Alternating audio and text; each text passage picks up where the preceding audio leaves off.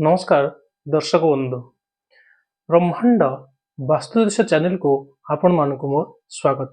बंधुगण आमर प्रयास जारी रही केमती आपण माने निजे गोटे जातक निजे देखिबे एवं निजर भविष्य को निजे जानिबे एवं अन्य मानक कहिबे। एवं प्रथम जो एपिसोड गुड़ाक आमे आलोचना करिसंती ताकू जदि के मन ध्यान दे जदि जने देखिला प्रत्येक वीडियो प्रथम रु पार्ट 1 ठारू आरंभ करी जेते गुडे पार्ट आमे करिसंती ताले निश्चित भाव में कौन बहिर आवश्यकता पड़ो ना, कारण पुंखानुपुंख जेतिकी दरकार आपणकर गोटे जातक शिखिबा पई सेथिरे सब किछि रहिछि एवं आपण सेगुड़ा को जितेबाला आपण भल भाव जानवे भल भाव पढ़े एवं मन रखिए गोटे जातक देखिबा परे आपण देखिले आपण जानि परिबे जे प्रकृत रे एमानकर स्थिति कौन ग्रह कौन राशि कौन, तेणु एको मन रखिए एवं निजे शिखिबा पई चेष्टा करिवे। एटा ही होछि हमर प्रयास। तेणु बंधुगण आज आमे चर्चा करिबा पूर्व वीडियो रे आमे भाव 12 भाव विषय आमे जानिथिले सेटा तो प्रत्येक भाव कौन कौन आमे देखिनेले, किंतु आज आमे पुंखानुपुंख भाव रे पूरा क्लियरली प्रथम भाव आज आमे जानिबा। प्रथम भाव रे प्रकृत रे कौन हुए एवं कौन रही थाए ताको आमे चलंतु जानिबा। एठी लिखि दिया हिजे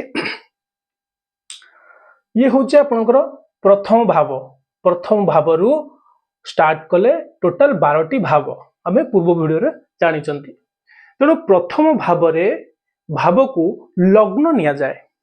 प्रथम भाव जोठी ल लेखा हबो जदि आपण जातक बाहर करिवे आपण माने एबे जानि सारिबेनी जातक केमती शिखा हुए जातक केमती शिखंती आपण जानि सारिबेनी जदि आपण वीडियो देखुतुवे। तेणु प्रथम भाव होची लग्न। लग्न कोन आमे आलोचना करथिले। लग्न हेउची जेउ समय पिलाटी जन्म नेइछि सेही समय पूर्व आकाश रे जेउ राशि रो उदय होइथाय। बंधुगण राशि रो उदय होइथाय एटी ग्रह नुहे, तेणु ताकू लग्न निया जाए। एठी लग्न कोन ना जे कोनसी राशि रे भी आपण लग्न हेइ पारे। एठी ये होची आपण मेष ठारू मीन पर्यंत 12टी राशि मेष हो किबा आपनकर कर्कट रे भी लग्न हेइ पारे, आपनकर मकर रे भी लग्न हेइ पारे। तेणु प्रथमे आपण जानि रखंतु जोठी ल लेखा हबो आपण जातक खोलले एई बडी चित्र आसीबो। जोठी ल लेखा हबो आपनकर सेटा लग्न बा फर्स्ट हाउस बा प्रथम घर। आमे पुंखानुपुंख आलोचना आज करिबा जे प्रथम भाव कोन देई थाए। तेणु बंधुगण देखंतु प्रथम भाव देई थाए कोन ना रूप। आपणकर रूप आपण केते सुंदर, आपणकर रूप जणे जणकर रूप देखि समस्त मोहित हो जाती। अरे तार रूप एते सुंदर एते गठन तार भगवान ताको केमिति तैयारी करचंती ताहा हमें कोठु देखिबा ना से प्रथम भाव। प्रथम भाव रे आसीबो कोन ना रूप, तापर आसीबो रंग। रंग कोन ना आपणकर केउ वर्णर आपण लोक गोरा साबन ना आपणकर कृष्ण वर्ण। तेणु एई रंग को मध्य आमे को भाव रु देखिबा ना प्रथम भाव रे मध्य रंग देखा जाए। तापर आसीबो के ना शरीर गठन। बंधुगण शरीर केउ भली भाव रे गठन हेछि अर्थात हृष्ट पुष्ट आपण जन्म हेबा ठारू केउ भली भाव रे आपण छिले जेतले जो गोटे लोक किबा गोटे शिशु जन्म निये कहते आह केते सुंदर पिलाटे तो बहुत बढ़िया हेछि हृष्ट पुष्ट शरीर नै जन्म हेछि। किबा आपण आपणकर देखिबे गोटे गोटे लोक कोनोसी एक्सरसाइज न कले भी तांकर बहुत मसल्स थाए काहे कि ना तांकर लग्न को नै। लग्न रे भल ग्रह मनकर धरंतु लग्न रे मंगल जदि रहि जाई थाए तले सिया आपण को पूरा भल हृष्ट पुष्ट आपणकर शरीर जेमति आपण व्यायाम कला भलिया आपणकर शरीर आपण व्यायाम न करंतु आपणकर शरीर सेमिति हेतिबो। शरीर गठन कोठार देखा जाए ना प्रथम घरु शरीर गठन मध्य देखा जाए। एवं तापर एथिरे कोन देखा जाए ना दुख सुख। बंधुगण प्रथम भाव रे मध्य दुख सुख को देखा जाए। प्रथम भाव आपणकर जदि କୌଣସି କ୍रूर ଗ୍ରହ କିମ୍ବା କୌଣସି ଅଶୁଭ ଗ୍ରହର ଦୃଷ୍ଟି ପଡ଼ିଥାଏ ତେବେ ନିଶ୍ଚିନ୍ତ ଭାବରେ ଆପଣଙ୍କର ଜୀବନରେ ବହୁତ ଦୁଃଖ ଆସିଥାଏ। ଏବଂ ଭଲ ଗ୍ରହର ଯଦି ଦୃଷ୍ଟି ପଡ଼ିଥାଏ କିମ୍ବା ଭଲ ଗ୍ରହ ରହିଥାନ୍ତି କିମ୍ବା ଆପଣଙ୍କର ସେ ତ୍ରିକୋଣରେ ଅବସ୍ଥାନ କରୁ କିମ୍ବା ଆପଣଙ୍କର କେନ୍ଦ୍ରରେ ରହିଥାଉ, ଯଦି ଲଗ୍ନ ଆପଣଙ୍କର ସେଇଭଳି ଭାବରେ ରହିଥାଏ ତାହେଲେ ଆପଣଙ୍କର ଜୀବନ ମଧ୍ୟ ସୁଖମୟ ହୋଇଥାଏ। ତେଣୁ ଦୁଃଖ ସୁଖକୁ ମଧ୍ୟ ପ୍ରଥମ ଭାବରୁ ଦେଖାଯାଇଥାଏ। ତାପରେ ଆପଣ ଆସନ୍ତୁ କ୍ରୋଧ ଆଉ ଶାନ୍ତ। ବନ୍ଧୁଗଣ, ଲୋକ ଅଛନ୍ତି ବହୁତ କ୍ରୋଧିତ ଏବଂ ବହୁତ ଲୋକ ଅଛନ୍ତି ଶାନ୍ତ। କେହି କେହି ବି କୁହନ୍ତି ଯେ ଆରେ ସେ ଲୋକଟା ପଦେ କହିଦେଲେ ସେ ଖାଲି ଚଢ଼ି ଆସୁଛି ଉପରକୁ। ଯଦି ସେ ଲୋକ ଆଉ କେହି କେହି ଅଛନ୍ତି ତାକୁ ଯେତେ ଯାହା କହ ସେ ଜମା ରାଗିବନି। ଏମିତି ଲୋକ ବି ବହୁତ ଅଛନ୍ତି। କାହିଁକି ନା ତାଙ୍କର ପ୍ରଥମ ଭାବକୁ ନେଇକି ଲୋକଟି କ୍ରୋଧିତ ହେଇଥାଏ ଏବଂ ତାର ମଧ୍ୟ ଶାନ୍ତ ବି ହେଇଥାଏ। ତେଣୁ କ୍ରୋଧ ଯଦି ସେଇଭଳି ଭାବରେ ଗୋଟିଏ କ୍रूर ଗ୍ରହ କୋଉମାନେ ନା ମଙ୍ଗଳ ହେଉ କିମ୍ବା ରାହୁ ହଉ, ମଙ୍ଗଳ ଆଉ ରାହୁ ଏମାନେ ଯଦି ଲଗ୍ନରେ ରହିଯାଇଥାନ୍ତି, କୌଣସି ନେଗେଟିଭ ଗ୍ରହର ଦୃଷ୍ଟି ପଡ଼ିଥାଏ କିମ୍ବା କୌଣସି ଅଶୁଭ ଗ୍ରହର ଦୃଷ୍ଟି ପଡ଼ିଥାଏ, ସେ ନିଶ୍ଚିନ୍ତ ଭାବରେ ଆପଣଙ୍କର ବହୁତ କ୍ରୋଧୀ ମଣିଷଟିଏ ହବ। ଧରି ନିଅନ୍ତୁ ଜଣଙ୍କର ଲଗ୍ନରେ ରହିଛି ରାହୁ। ରାହୁ ଜାତ ଶିଶୁ ଲଗ୍ନରେ ଯଦି ରାହୁ ରହିଥାଏ ସେ ବଡ଼ କ୍ରୋଧୀ ହେଇଥିବ, ବହୁତ ଜିଦଖୋର ହବ ପିଲାଟି। ଏତେ ଜିଦଖୋର ହବ ଯେ ଆପଣ ସମ୍ଭାଳିବା ବହୁତ କଷ୍ଟକର ହେଇପଡ଼ିବ ଆପଣଙ୍କର। ତେଣୁ ଏକୁ କୋଉଥିରୁ ଦେଖାଯାଏ ନା ଆପଣଙ୍କର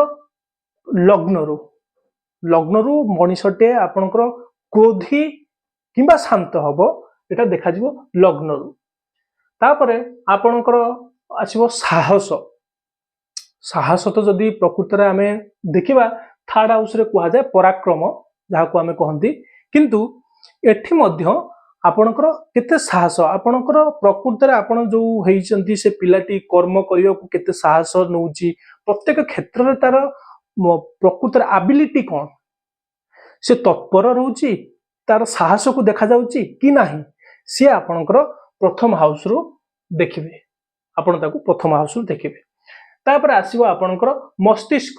ଆପଣଙ୍କର ମୁଣ୍ଡ, ଟୋଟାଲ ଏ ମୁଣ୍ଡ ଆପଣଙ୍କର ଏଇ କପାଳରୁ ଏ ଉପରକୁ ଇଏ ହଉଛି ପ୍ରଥମ ଘରରେ ଆପଣଙ୍କର ଆସୁଛି, ପ୍ରଥମ ଘରରେ ଆସୁଛି।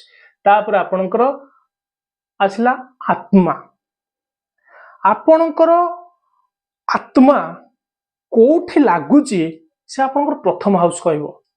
ଆତ୍ମା ମାନେ ଆପଣ କ'ଣ କରିବାକୁ ଚାହୁଁଛନ୍ତି, ଆପଣଙ୍କର ଯୋଉ ଅଛି ଭିତରେ ଯୋଉ ଯାହା କରିବାର ମାନେ ଚିନ୍ତା ଆପଣ କରୁଛନ୍ତି, ଆପଣଙ୍କୁ ପ୍ରକୃତରେ ଆତ୍ମ ସମ୍ବନ୍ଧ ହେଉଛି କି ନାହିଁ ସେ ଜିନିଷଟା କରିବା ପାଇଁ। ଆପଣଙ୍କର ମନ, ଆପଣଙ୍କର ଆତ୍ମା ଡାକୁଛି କି ନାହିଁ ସେ ଜିନିଷ କରିବାକୁ। ପ୍ରକୃତରେ କ'ଣ କରିବାକୁ ଚାହୁଁଛନ୍ତି ଆପଣଙ୍କର ଆତ୍ମା, ନା ସେ ପ୍ରଥମ ହାଉସରୁ ଦେଖିଲେ ଆପଣଙ୍କର ଜାଣିପାରିବେ। ପ୍ରଥମ ହାଉସରେ ଆପଣଙ୍କର ଆତ୍ମ ସମ୍ବନ୍ଧୀୟ ସମସ୍ତେ କିଛି ଆପଣ ପ୍ରଥମ ହାଉସରେ ଦେଖିବେ, ଜାଣିପାରିବେ। ତେଣୁ ତାକୁ ମଧ୍ୟ ପ୍ରଥମ ହାଉସରେ ନିଆଯାଇଛି। ତାପରେ ଆସିଲା ବ୍ୟକ୍ତିତ୍ୱ ବିଚାର। ଗୋଟେ ଲୋକର ବ୍ୟକ୍ତିତ୍ୱ କ'ଣ, ସିଏ କ'ଣ ମାନେ ପ୍ରକୃତରେ ତାକୁ ଦେଖିଲେ ଆପଣ ଜାଣିପାରିବେ। ଗୋଟେ ଲୋକକୁ ପ୍ରଥମେ ଆପଣ ଯେତେବେଳେ ଦେଖୁଛନ୍ତି ସେ କ'ଣ, ତାର ମନ ଭିତରେ କ'ଣ ଅଛି, ସେ ରାଗି ଲୋକଟେ ନା ଶାନ୍ତ ଲୋକଟେ, ବା ସେ କ୍रूର ନା ସେ ସାଧାରଣ, ତାର ବ୍ୟକ୍ତିତ୍ୱ କ'ଣ, ନା ସେ ମାନେ ଠକଟେ ନା ବହୁତ ଭଲ, ଆପଣ ସେଟା କୋଉଥିରୁ ଦେଖିବେ ନା ପ୍ରଥମ ହାଉସରୁ। ଯେମିତି ଗୋଟେ ଲୋକକୁ ଆପଣ ମନେକର ଗୋଟେ ଲୋକ ପଳେଇ ଆସୁଛି, ଆପଣ ହଠାତ୍ ତାକୁ ଦେଖୁଛନ୍ତି, ଜାଣିପାରୁଛନ୍ତି ଆରେ ଏଇଟା କ'ଣ ଦେଖିଲା ବେଳକୁ କ'ଣ ଏମିତି ଗୋଟେ ଚୋରଟେ ଭଳିଆ ଲାଗୁଛି। ଆଉ କିଛି କିଛି ଲୋକ ଆସନ୍ତି, ଆପଣ ଯେତେବେଳେ ପ୍ରଥମ ତାଙ୍କୁ ଦେଖିବେ ନା ଇଏ ଜଣେ ଭଲ ଲୋକ ହେଇଥିବେ। ତେଣୁ ସେଇ ଯୋଉ ବ୍ୟକ୍ତିତ୍ୱ ପ୍ରଥମେ କୋଉଠୁ ଦେଖିବେ ଆପଣ, ପ୍ରଥମ ହାଉସରେ ଆପଣ ଦେଖିବେ ତାର ବ୍ୟକ୍ତିତ୍ୱ, ତାର ବିଚାର, से लोकर विचार शक्ति कौन, केमिति से कथोपकथन करुच्ची, केमिति तार हाव भाव, ये सब आपण व्यक्तित्व विचार प्रथम घर आपण देखिए। तार परे आपण प्रारंभिक जीवन, आपणकर प्रारंभिक जीवन केउ भली भाबरे कटिबो, प्रारंभिक आपणकर प्रारंभिक जीवन अर्थात आपण जो जन्म हेले कोउथि पाई एवं कौन हबो, केमिति कटिबो आपणकर प्रारंभिक जीवन शैली एवं सी केते भल, जदि आपणकर प्रथम अर्थात लग्न जदि आपणकर भल ग्रहटे आसी थाए, धरंतु बृहस्पति, आपणकर जीवन सुखमय हबो। जदि बृहस्पति आपणकर लग्न रे रही थांती एवं भल ग्रहर दृष्टि रखि थांती, तले आपणकर जीवन सुखमय हबो एवं आपणकर प्रारंभिक जो जीवन बहुत भलरे कटिबो। तेणु प्रारंभिक जीवन को मध्य प्रथम घरे निया जाइछि बा देखा जाइछि। तापरे आपण मस्तकर गठन मध्य प्रथम घरु देखिबे। तेणु देखा जाइछि जे आपणकर मस्तकर गठन को भली हबो, ये शारीरिक क्षेत्र रे आपणकर बड़ किबा छोट किबा मध्यम धरणर मस्तक हबो, सी आपण देखिबे प्रथम घरु प्रथम भावरु आपण देखि परिबे।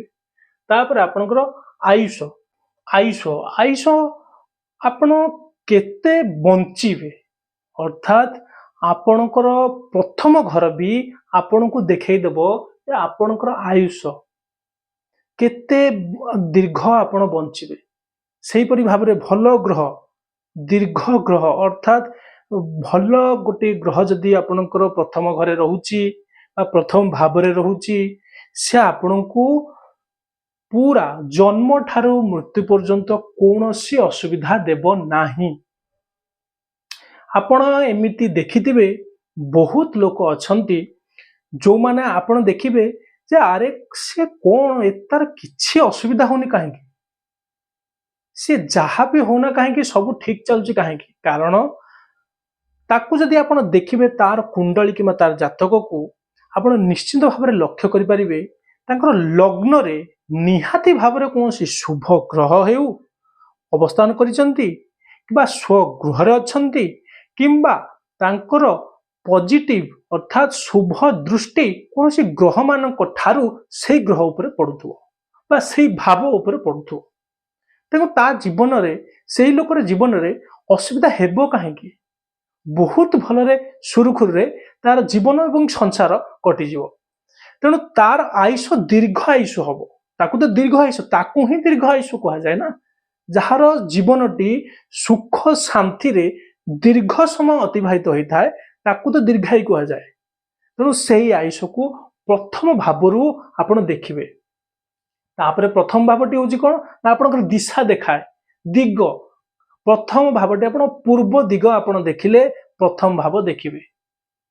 आपनकर प्रथम भाव एई सब जिंस देखौजी, पूरा आपनकर गोटा शरीर तनु आपनकर शरीर संपूर्ण भावरे प्रथम भाव देखौजी। प्रथम भावटी बहुत इंपोर्टेंट, कारण सेई भावरे एवं से को राशि रे पड़िछि से मध्य इंपोर्टेंट। यदि भल राशि रे पड़िथिबो एवं भल ग्रह मानकर निजस्व घरे पड़िथिबो, सी आपण को एई सब जिंस बहुत भल दबो। आपण शरीर रे रोग रोग भी मध्य आपण आमे रोग शत्रु करज आपण 6 भावरु सिना जानंती, किंतु प्रथम भावरु आपण जानि परिबे आपणकर रोगटी भल हबो कि नाही, आपणकर एई रोगटी केते दिन चलिबो चालिबो। एई मनकर कोनोसी क्रूर ग्रहर दृष्टि पड़ीगला किंबा कोनोसी दशा महादशा रे क्रूर ग्रह आसीगले, से लग्न रे अछंती, आपण बहुत हैरान हो जिवे, बहुत असुविधा हबो आपण शारीरिक दृष्टि। तेणु एई सब जिनिस प्रकृत रे आपण आज कहीं चर्चा हला, चर्चा कला आम प्रथम भाव को पुंखानुपुंख भाव, कारण प्रथम भाव में बहुत गुड़ाए जिनस अच्छी जोड़ा कि आप निहाती जानिबा दरकार।